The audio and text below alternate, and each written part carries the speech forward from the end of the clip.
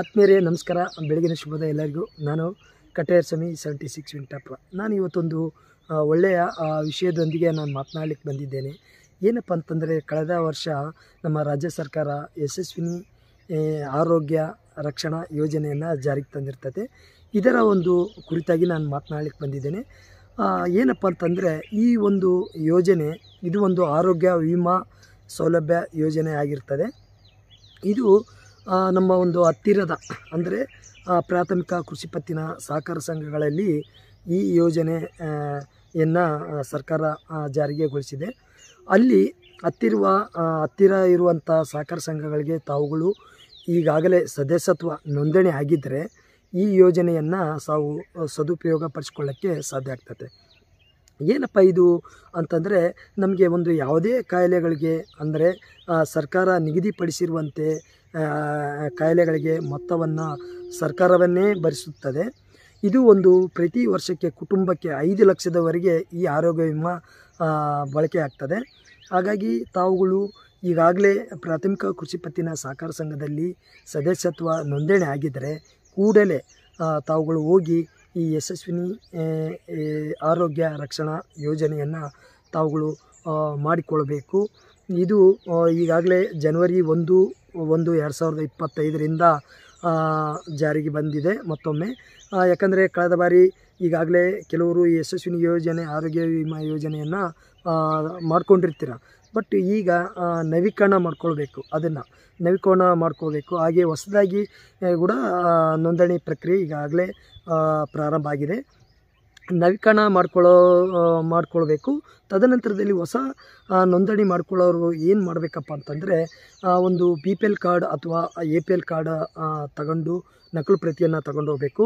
ಅದರಲ್ಲಿ ಇರುವಂಥ ಕುಟುಂಬದ ಸದಸ್ಯರು ಆಧಾರ್ ಕಾರ್ಡು ಸಮೇತ ತಗೊಂಡು ಹೋಗಬೇಕು, ಒಂದು ನಕಲು ಪ್ರತಿ. ತದನಂತರ ಒಂದು ಪಾಸ್ಪೋರ್ಟು ಫೋಟೋವನ್ನು ಪ್ರತಿ ಕುಟುಂಬದ ಸದಸ್ಯರು ತಗೊಂಡು ಹೋಗಬೇಕಾಗ್ತದೆ.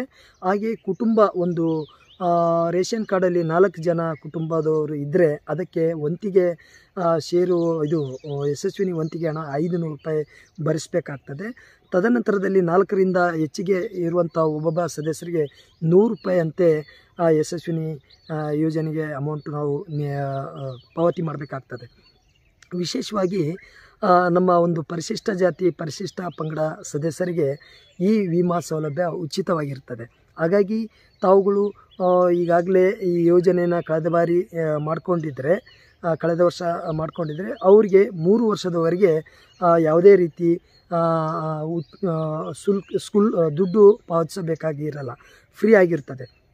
ಅವರು ಏನಿಲ್ಲ, ಈಗ ಹೊಸದಾಗಿ ಪರಿಶಿಷ್ಟ ಜಾತಿ ಪರಿಶಿಷ್ಟ ಪಂಗಡದವರು ಏನಾದರೂ ಈ ಯೋಜನೆಯನ್ನು ನೋಂದಣಿ ಮಾಡ್ಕೋಬೇಕಂತಂದರೆ ತಾವುಗಳು ಮಾಡಬೇಕಾಗಿರೋದಿಷ್ಟೇ.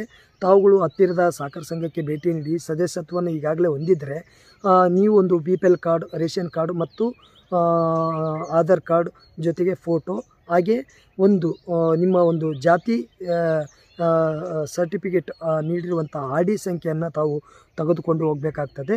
ಹಾಗಾಗಿ ಈ ಯೋಜನೆಯು ಇದೇ ತಿಂಗಳು ಜನವರಿ 31/1/2025ಕ್ಕೆ ಕೊನೆಗೊಳ್ತದಂತ ನಮ್ಮ ರಾಜ್ಯ ಸರ್ಕಾರ ನಮಗೆ ದಿನಾಂಕವನ್ನು ಘೋಷಣೆ ಮಾಡಿದೆ.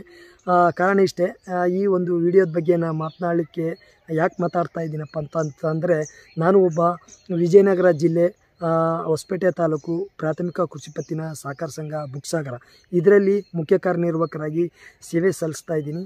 ಹಾಗಾಗಿ ಈ ಒಂದು ನಮ್ಮ ಸಂಘದ ರೈತರಿಗೂ ಕೂಡ ಈ ವಿಡಿಯೋ ನೋಡ್ತಾ ಇದ್ದರೆ ಅವರಿಗೂ ಕೂಡ ಅನುಕೂಲ ಆಗಲಿ. ಹಾಗೆ ನಮ್ಮ ರಾಜ್ಯದ ರೈತರು ಮತ್ತು ಗ್ರಾಹಕರು ಸದಸ್ಯರು ಕೂಡ ಈ ವಿಡಿಯೋನ ನೋಡಿ ಅವರು ಕೂಡ ಈ ಯೋಜನೆಯನ್ನು ಸದುಪಯೋಗ ಪಡಿಸ್ಕೊಳ್ಬೇಕಂತ ನಾನು ಈ ಸಂದರ್ಭದಾಗ ವಿಡಿಯೋ ಮಾಡಿದೆ.